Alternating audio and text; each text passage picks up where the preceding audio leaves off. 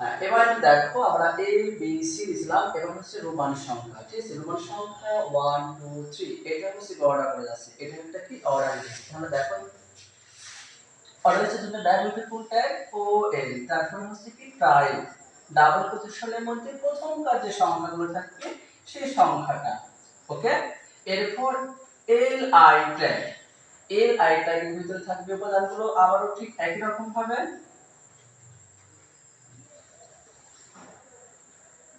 L I pen L I, তারপর আছে কি আইসিটি এল আই ক্লোজ। এবার আমরা কি ক্লোজ করব, বডি ক্লোজ করব।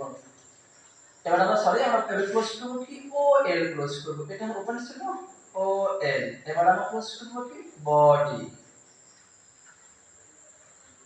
তারপরে ক্লোজ করব আমরা এইচটিএমএল। এইচটিএমএল এর ক্লোজ করার কিছু পদ্ধতি আছে, সেই পদ্ধতিগুলো হলো এরকম যে তুমি নিচ থেকে যেগুলো তুমি ক্লোজ করবে সেগুলো ক্লোজ করতে করতে যাবে। যেমন কি এই যে ও এটা ক্লোজ করলাম, বডি ক্লোজ করলাম, আমরা এইচটিএমএল ক্লোজ করলাম, ওকে।